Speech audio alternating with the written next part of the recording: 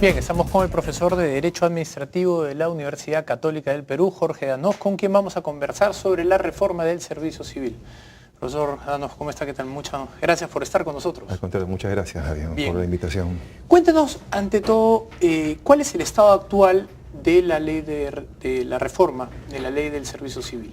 Tengo entendido que se ha cumplido con un mandato legal de presentar el proyecto de ley dentro de los plazos para proponer la reforma de todo el régimen del servicio civil en el Perú, ¿de acuerdo? Y lo que estaba pendiente era aprobar el dictamen por parte de las comisiones correspondientes, que creo que en este caso estaban participando la Comisión de Presupuesto y la Comisión de Trabajo del Congreso, para luego, después, poder llevarlo al Pleno del Congreso. Por tanto, debido a las movilizaciones que se han visto la semana pasada, esto ha quedado en suspenso todavía, pendiente de que los sindicatos puedan llevar algunas propuestas, puedan hacer ver su opinión, sus posiciones, y luego se aprobará. Hasta donde sé, hasta donde la semana pasada habían ya varias ideas que habían avanzado en las comisiones, elaborando documentos de predictamen y preinformes, ¿no? Que de alguna manera han cambiado algunos aspectos del proyecto de ley, acercándolo muy probablemente aún antes de las movilizaciones a la postura de los sindicatos. Muy bien. Bueno, hemos escuchado muchas veces a los representantes de Servir contándonos un poco en qué se trata la ley. Más bien quisiera preguntarle cuáles son las principales preocupaciones de los sindicatos, cuál es el listado, cuáles son los principales aspectos que ellos creen tiene todavía la norma por solucionar. Yo tengo la impresión, pese a mi opinión personal, que son dos fundamentalmente, ¿de acuerdo? Uno, una suerte de cuestionamiento al tema de la estabilidad. Dice que este proyecto de ley más bien debilita la estabilidad de los trabajadores. Y otro cuestionamiento, para luego tratarlo ambos a la vez, es que además debilita la organización sindical porque no permite la negociación colectiva sobre remuneraciones. Esto es que cada grupo de trabajadores puede negociar con cada entidad pública, son más de 2.200 en el Perú, y si contamos las que tienen la capacidad presupuestaria, son muchas más, de acuerdo, puedan negociar directamente. Yo creo que eso no es correcto, yo creo que no es exacto, ¿de acuerdo? Sin lugar a dudas, en lo que está referido a la estabilidad, este proyecto de ley tiende a regularizar el tema de los CAS. Obviamente, ahora como todos sabemos, los CAS, los contratos de administración de servicios creados en el año 2008, no son sino sucesores de los antiguos servicios no personales, que es la precariedad en el sector público. Por tanto, la idea acá es que esto se pueda regularizar, obviamente sujeto a determinados exámenes que no tienen por finalidad despedir, ¿de acuerdo? Y además, aquí están haciendo una suerte de equivocada relación entre evaluación y despido, y eso no es cierto. Es decir, la ley prevé evaluaciones, pero son evaluaciones efectos de estimular el buen rendimiento, el cumplimiento de las metas institucionales, a efectos de dar información a la administración sobre qué necesidades de capacitación tiene el personal, ¿de acuerdo o no? Y por tanto no llevan necesariamente a una ecuación evaluación igual despido o afectación de estabilidad. Más bien al contrario, un nuevo régimen potenciaría más bien precisamente la progresión de estos trabajadores, la capacitación y la carrera administrativa que por sí ya lleva garantías al despido, aparte de las que están establecidas en la ley. ¿De acuerdo? Si a mí me evalúan y me evalúan mal, yo puedo de alguna manera pedir la explicación, puedo impugnar, puedo apelar, ¿de acuerdo o no? Y lo cierto es que no hay una ecuación directa. Y sobre el otro, para no demorarme, en el tema de la negociación colectiva en materia de remuneraciones, el proyecto de ley sí la prevé. Tengamos en cuenta que hoy día no es permitida por el régimen 276, ¿de acuerdo? El régimen que está vigente del año 84 la prohíbe, ¿de acuerdo? Hoy día se permite, pero ¿sobre qué? Sobre condiciones de trabajo. ¿Cuál es la razón por la cual se permite sobre condiciones de trabajo? Es para evitar justamente el caos que hay en este momento en materia remunerativa. Todos sabemos que en el Perú hay cerca de 400 conceptos remunerativos y han habido casos en los que además algún concepto es amparo o sentencia de amparo, de acuerdo, que se convierte en un concepto remunerativo. De ahí que, como todos hemos escuchado, inercialmente en el Perú la planilla del sector público sube 1.000 millones de soles y el año pasado subió 2.000 millones de soles. Y no porque el Estado haya aprobado necesariamente grandes incrementos, sino porque simplemente el caos actual hace que no haya un manejo. Por tanto, la idea es que la negociación colectiva pueda versar sobre condiciones de trabajo, no sobre remuneraciones, porque eso va a estar sujeto a una política en buena cuenta de administración del tema de remuneraciones, que potencie, que mejore obviamente a los de mejor rendimiento y que genere los estímulos para el pago de compensaciones. y aquello no es contrario a los convenios de la OIT, sin lugar a dudas. Los gastos del Estado en remuneraciones crecen a 1.000 millones por año, pero no mejoran los servicios. No. Que ese es el gran problema del sector público. El problema del sector público es que no es meritocrático, y al no ser meritocrático, pues los que contribuimos con los impuestos no recibimos los servicios.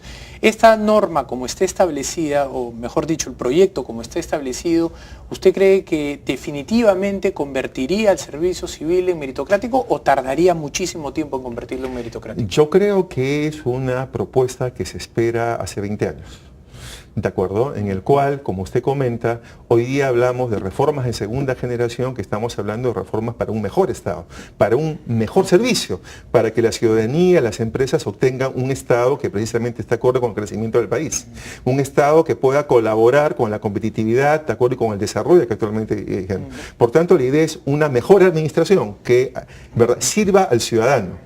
La idea del proyecto de ley yo creo que es buena, ¿de acuerdo? Obviamente se requiere una gran voluntad política, no es un tema fácil, no es un tema que se agota rápidamente en un gobierno, ¿de acuerdo? Los aplausos no se van a sentir en lo inmediato, lo que es más, muchos enemigos, y se tiene pensado un plazo como de 7 años más o menos para poder implementar lo que esperemos sea política de Estado mantenerlo. Los sindicatos y sus voceros ideológicos sostienen que la relación que hay entre estabilidad laboral y falta de una inclusión de la legislación laboral, porque 25% solamente de los trabajadores están debidamente formalizados, 75% de la pega es informal. Ellos lo ven como una suerte de paradoja, como si una cosa no tuviera relación causa-efecto con la otra, ¿no?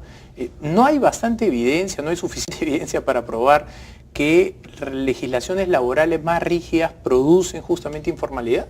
Sí, yo estoy de acuerdo con usted, y en el caso puntual de este proyecto de ley, mi impresión, yo lo reviso, es que sí tiene las garantías adecuadas, en buena cuenta, para efectos de poder generar las condiciones de un perfeccionamiento de los que trabajan para el Estado. Es decir, la lógica, vamos a decir así, en varios documentos que han elaborado ministros de reforma del sector público, de gestión pública a nivel latinoamericano, se postula como premisa la profesionalización como sinónimo de perfeccionamiento, capacitación en buena cuenta del servidor público. ¿Por qué? Porque la idea es que un servidor público especialista en gestión pública es una persona que va a prestar mejor sus servicios, y por ende el Estado va a invertir en él, va a invertir en capacitación, va a invertir en promoción, ¿de acuerdo? Y por ende el Estado no va a tener incentivos para poder desprenderse de él, todo lo contrario, ¿de acuerdo? ¿No?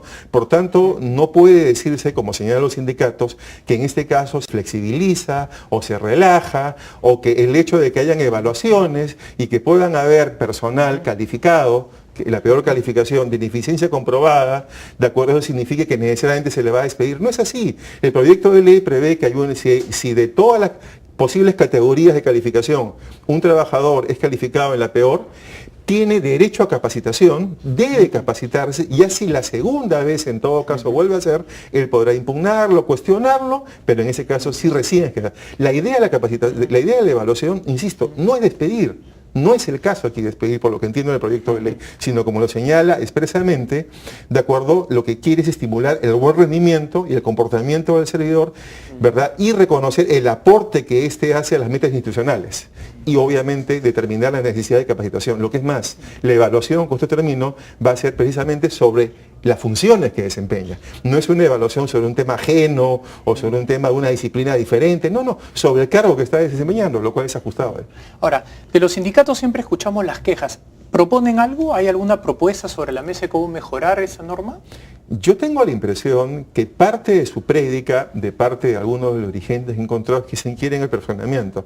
Pero lo que encuentro yo básicamente es que no, más bien encuentro que es la crítica de que quieren más bien potenciar determinados aspectos que están. Es decir, critican algo que no hay en el proyecto de ley, como esta suerte de efectivización de la estabilidad, ¿verdad? El hecho de que no hay negociación colectiva, o que tiene que haber necesariamente cada sindicato con cada entidad, y lo cual es imposible, porque significaría que estaríamos en ese caso feudalizando el Estado. De tal manera que las políticas remunerativas ya no habría coherencia, no habría sistematización, como ocurre precisamente en el caos el día de hoy.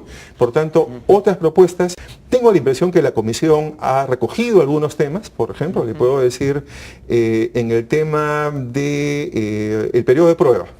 El periodo de prueba es solo para los que ingresen desde afuera, ¿de acuerdo? Y ganen un concurso para poder ingresar. Pero ya no para aquellos que estando hoy día en los regímenes 276, caso 728, postulan y pasan al nuevo régimen. Ahí no hay periodo de prueba.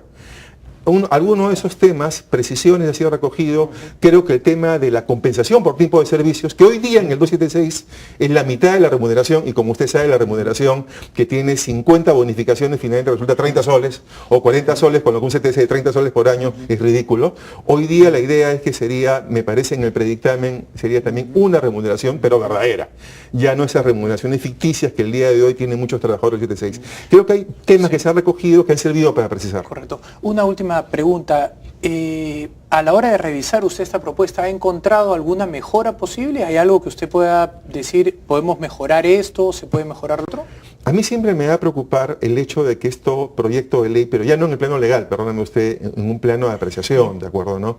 Va a requerir voluntad política. El mismo proyecto de ley tiene previsto un plazo de implementación de 7 años, en lo cual va a depender que haya recursos, continuidad, va a depender que haya continuidad de políticas, y sabemos que dentro de unos años hay cambio de gobierno. Obviamente todos los partidos políticos, creo yo, postulan, y lo han hecho en la última elección, ¿verdad?, la necesidad de reforma del servicio civil, una reforma del Estado indispensable, necesaria. Está además también en las políticas de Estado aprobadas por el Acuerdo Nacional. Correcto. Ojalá que se mantenga la voluntad política. política. No lo hace un gobierno que tiene más de 45, casi 50% de aprobación, no lo hace nadie. Claro. Totalmente de acuerdo con usted. Muy bien, doctor Ramos, le agradecemos mucho. Muchas gracias, Nadine, por usted. Bien, vamos nosotros a una pausa y regresamos. Scotiabank, descubre lo que puedes lograr.